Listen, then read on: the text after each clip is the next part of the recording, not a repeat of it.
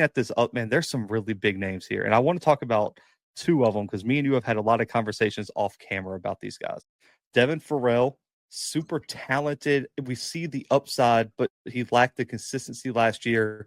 Plus, Hunter Helms was kind of rotating in. I think Farrell's probably more of a dual threat than Dickens is. Yep. I think Dickens has some athleticism, but he's not going to get out of the pocket and run. Farrell will absolutely better burn you with his legs.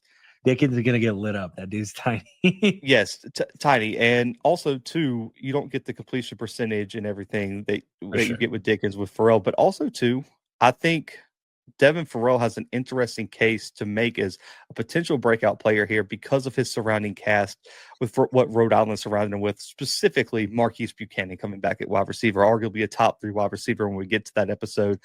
Timothy, tell me a little bit about these guys, what you like about them. And for me, you already know how I feel because I've said it on the show multiple times. I think Taron Dickens has Walter Payton level potential. Yeah.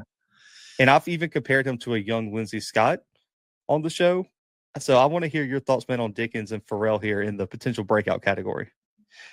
Yeah, I'll start with Farrell first. I think Farrell has so many good physical tools. I think he shows some pop as a runner, some explosion even.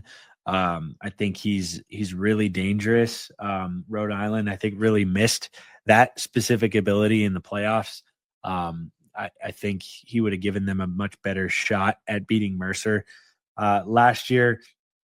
The thing with Farrell is the decision making, right? He had 11 touchdowns, 8 interceptions, and when you would watch him, occasionally it's like, wow, that was a beautiful throw, and then the next play, he's throwing it across the middle. You can't even find a receiver, and there's a linebacker picking it off. So clearly, the decision making is a bit of an issue, or was a bit of an issue.